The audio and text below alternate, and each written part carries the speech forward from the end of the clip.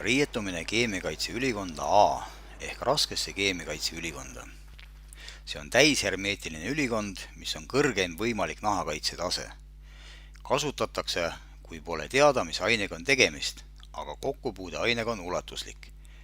Sellisel juhul ülikonna alla jääv hingamisteede kaitse tagab päästja ohutusega juhul, kui saasteärastus polnud efektiivne.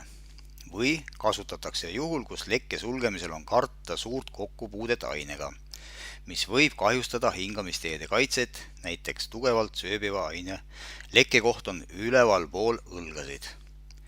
Töö ülikonnas on raske ja võib olla ohtlik, sest nähtavus ja kommunikatsioon ülikonnas on väga halb.